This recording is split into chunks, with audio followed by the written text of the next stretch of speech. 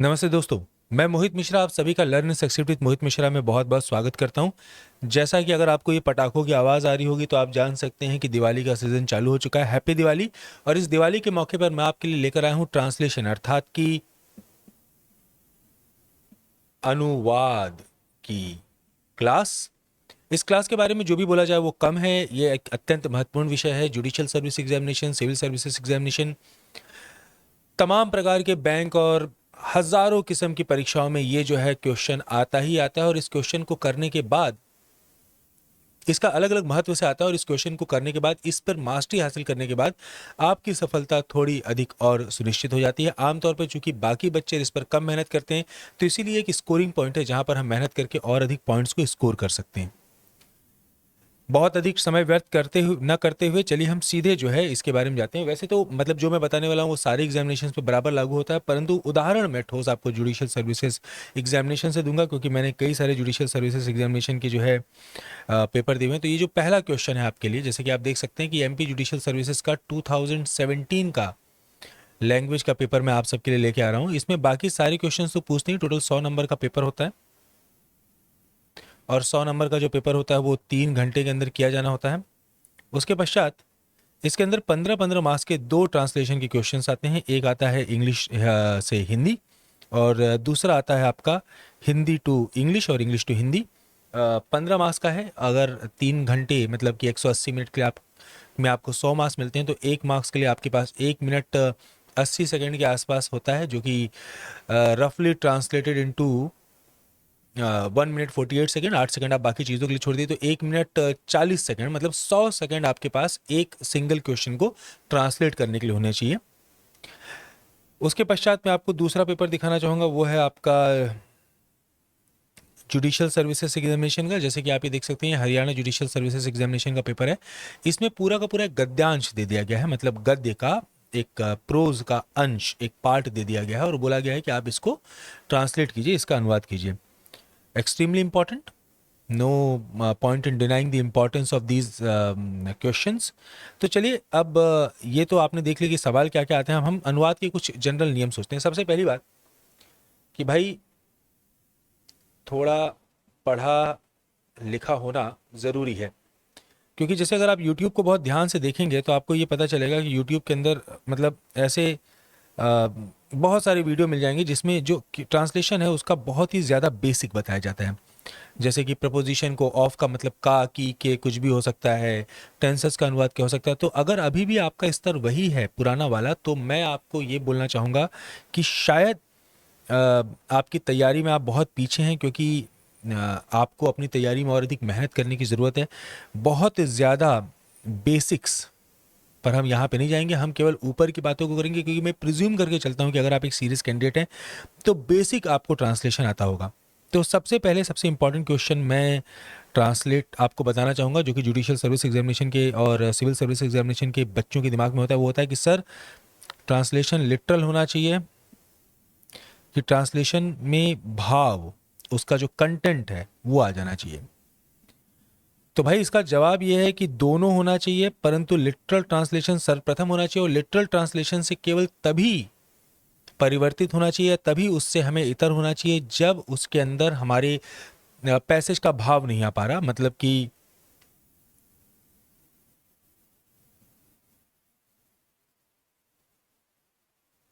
जैसे अनुवाद, ये प्रश्न देखिए, Indian students are poor in education. तो अगर आप शब्दशः अनुवाद करने जाएंगे तो ये हो जाएगा, पुअर का अर्थ हो जाएगा गरीब। तो भारतीय छात्र शिक्षा में गरीब है।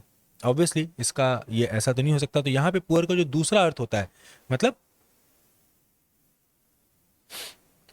भारतीय छात्र शिक्षा में वंचित हैं या पिछड़े हैं, अग्रणी नहीं है।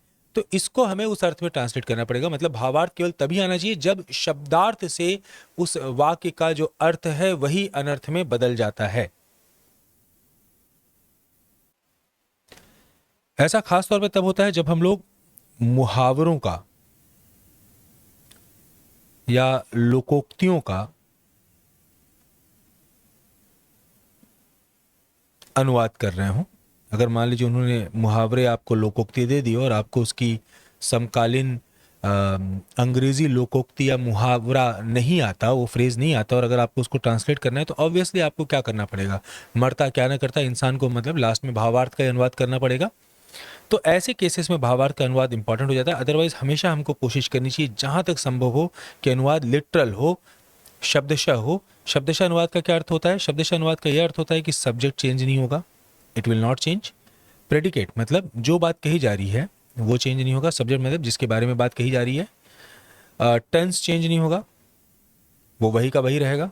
टेंस को बहुत ध्यान से देखना बहुत ज़रूरी है, खासतौर पे हैव जैसे शब्द, क्योंकि कई बार क्या होते हैं कि जो हैव जैसे शब्द होते हैं वो पास के अर्थ में भी आते हैं, पोजीशन के भी अर्थ में आते हैं, और हैव जैसे शब्द प्रेजेंट परफेक्ट को भी इंडिकेट करते हैं। तो छात्रों के दिमाग में कई बार इसको लेके कन्फ्यूजन हो जाता है। तो टेंस को कतई चेंज नहीं होना चाहिए, उसके बाद में वॉइस चेंज नहीं होना चाहिए, पर्सन चेंज नहीं होना चाहिए। हाँ, नंबर ऑफ वर्ड्स चेंज हो सकते हैं, क्योंकि हिंदी में क्या होता है हर चीज़ के अंत में आमतौर पे है लगा देते हैं या है लगा देते हैं। जैसे मैं पढ़ना पसंद करता हूँ, इसको अगर हम अंग्रेजी में अनुवाद करेंगे तो सिंपली हो जाएगा आई लाइक रीडिंग, बट अगर हिंदी में हम उसको लिखेंगे तो लिखेंगे मैं पढ़ना पसंद करता हूँ। दोनों भाषाओं के subject plus verb plus predicate ये आमतौर पे इंग्लिश का एक सेंटेंस होता है। हिंदी के सेंटेंस में आमतौर पे पहले सब्जेक्ट आएगा, फिर उसके बाद में प्रेडिकेट आएगा, और अंततो गत्वा आमतौर पे आखिर में वर्ब आता है। ठीक है, जैसे देखिए I subject, like verb, reading predicate, full stop. मैं सब्जेक्ट, पढ़ना प्रेडिकेट, पसंद करता हूं। इसमें ना अनुवाद करते हुए करता हूं, किया जाता है, इन पे ध्यान देना बहुत जरूरी है। टेंस का अनुवाद बड़ा इंपॉर्टेंट है। तो सबसे पहले हम एक बार टेंस का अनुवाद देख लेते हैं। तो जैसे ही आपको पता है कि सिंपल प्रेजेंट टेंस होता है आई लाइक रीडिंग, जैसे मैंने इसका बता दिया अनुवाद, मैं पढ़ना पसंद करता हूं। प्रेजेंट कंटिन्यूअस होता है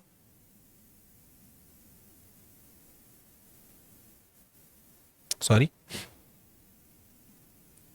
आई एम लाइकिंग रीडिंग, मैं पढ़ना पसंद कर रहा हूं। पढ़ना, मेरी राइटिंग माशाल्लाह है, इतनी ख़राब नहीं है, ये आईपैड पे ज़्यादा ख़राब आ रही है। तो इस प्रकार से आपको ख़ास तौर पे प्रेजेंट परफेक्ट, जैसे कि I have read the book, इसका क्या अनुवाद होगा? मैं किताब को पढ़ चुका हूं या मैंने किताब पढ़ ली है।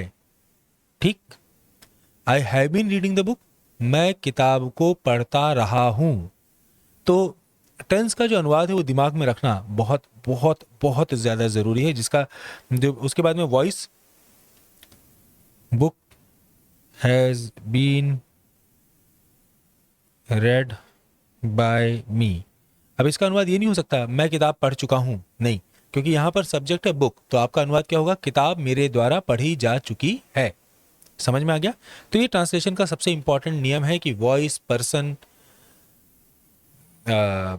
टेंस इत्यादि चेंज नहीं होने चाहिए। अगर कंपाउंड सेंटेंस है तो उसका अनुवाद साधारणतः कंपाउंड सेंटेंस के रूप में ही करना चाहिए।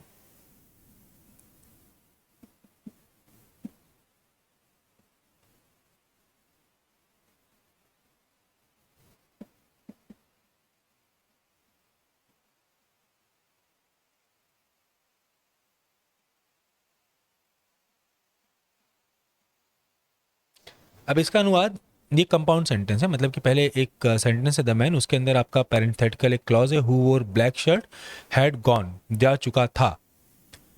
आदमी, वो आदमी जिसने काली शर्ट पहनी थी, जा चुका था। ये कुल मिला के अनुवाद है। तो अब इसको काली शर्ट पहना हुआ आदमी जा चुका था अनुवाद नहीं होगा।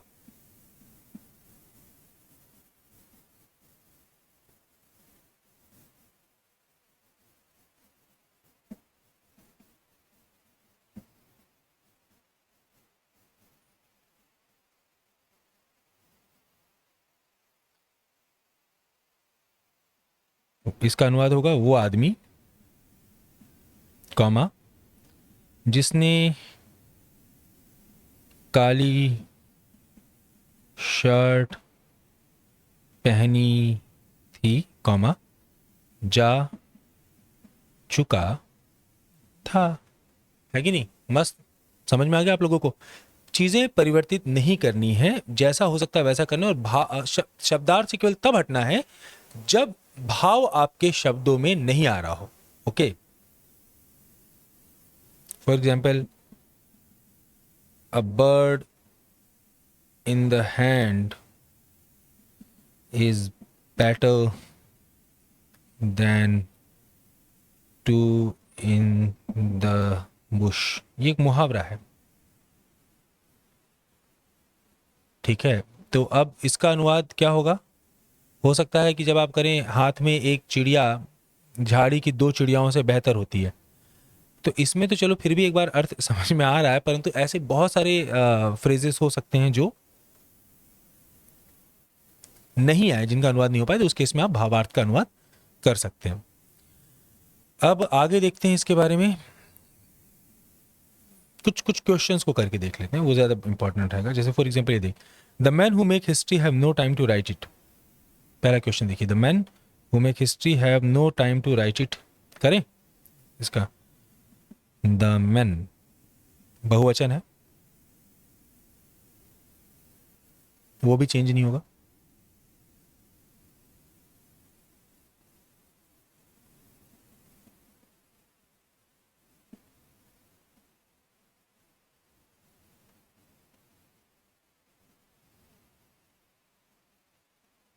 अब आप बताइए क्या इसका अनुवाद क्या होना चाहिए? यहां पे एक ट्रिक है दोस्तों। यहां पे जो ये द शब्द है, ये द शब्द दोज के अर्थ में उपयोग में आ रहा है। Those man who make history have no time to write it. उन आदमियों के पास, उन पुरुषों के पास जो इतिहास को बनाते हैं, उसे लिखने का समय नहीं होता।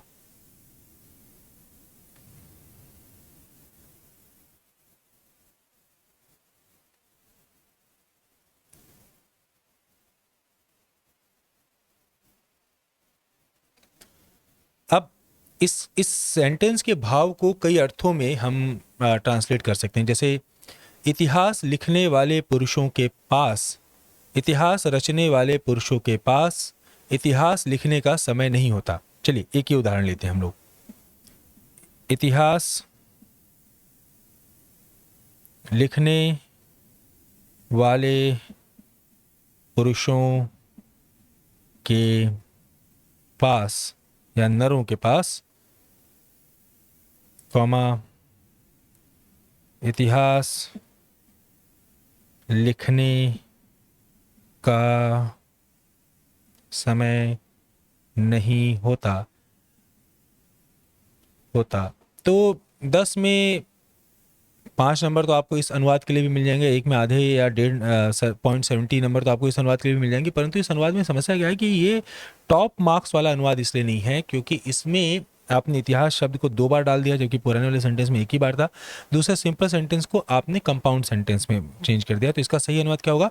उन नरों के पास या उन पुरुषों के पास जो इतिहास की रचना करते हैं, उसे लिखने का समय नहीं होता।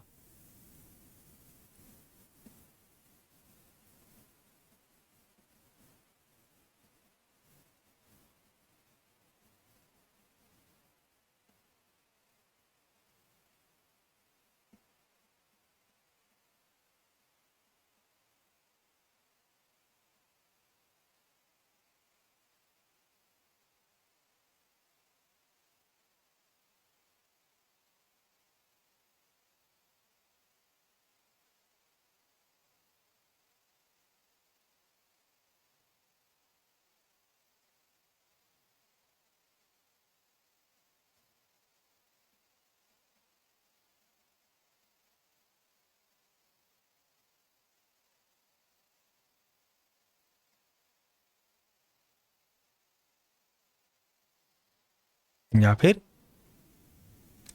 पूर्ण विराम इत्यादि का पूरा ध्यान रखना आपको, उससे भी सुंदर।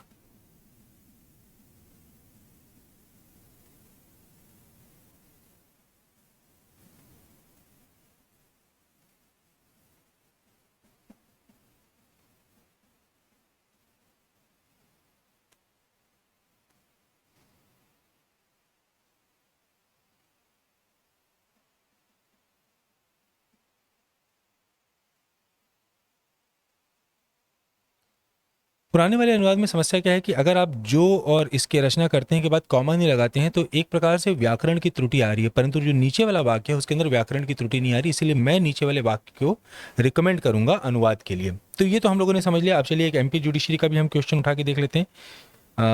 मैंने कुछ आप लोगों को यहाँ तो इनफैक्ट मैंने करके रखा हुआ है। हाँ चलिए इसको लिख देते हैं। बंटवारा और विभाजन। The landlord who would have enough space, the landlord would have enough space for his proposed business if partition is removed. Partition का क्या अनुवाद होगा? विभाजन या बंटवारा। तो उसका अनुवाद क्या हो जाएगा? मकान मालिक के पास अपने प्रस्तावित व्यापार हेतु पर्याप्त स्थान होगा, उपलब्ध होगा नहीं, अवेलेबल वर्ड नहीं यूज हुआ, होगा, यदि बंटवारे को या विभाजन को हटा दिया जाए। फिर से देखिए, the landlord would have enough space for his proposed business if the party, मैंने इसको ऑलरेडी लिखा है, मकान मालिक के पास अपने व्यापार हेतु पर्याप्त जगह होगी या पर्याप्त स्थान होगा यदि बंटवारे को हटा दिया जाए।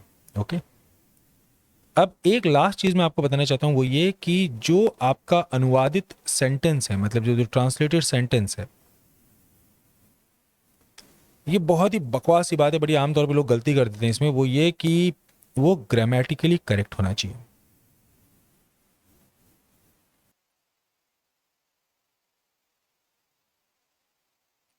इस पर ध्यान देना बहुत जरूरी है। तो जब आप एक बार ट्रांसलेट कर लें तो उसके बाद उसको दोबारा चेक करना बहुत जरूरी है, ताकि आपके दिमाग में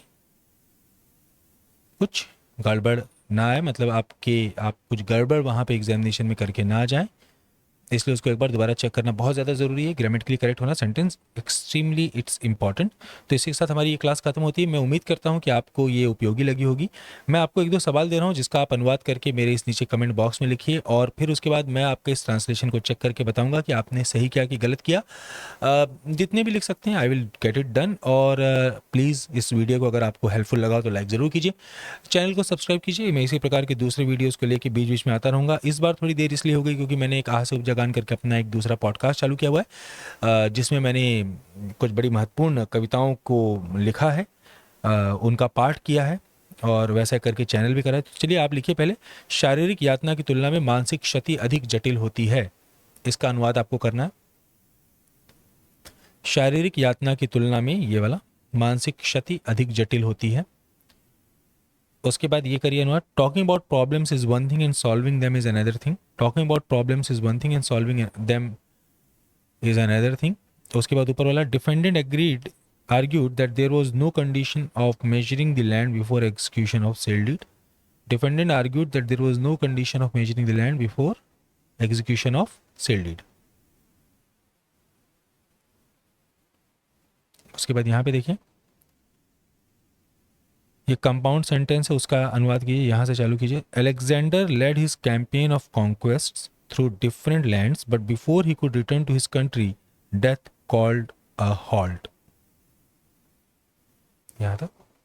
Alexander led his campaign of conquest through different lands, but before he could return to his country, death called a halt. तो ये हमारा क्वेश्चन था जो मैंने आपको दो अनुवाद किए हैं। इंग्लिश में जिन लोगों को दिक्कत होती है वो बार बार क्वेश्चन पूछते हैं कि कौन सी किताब अच्छी है।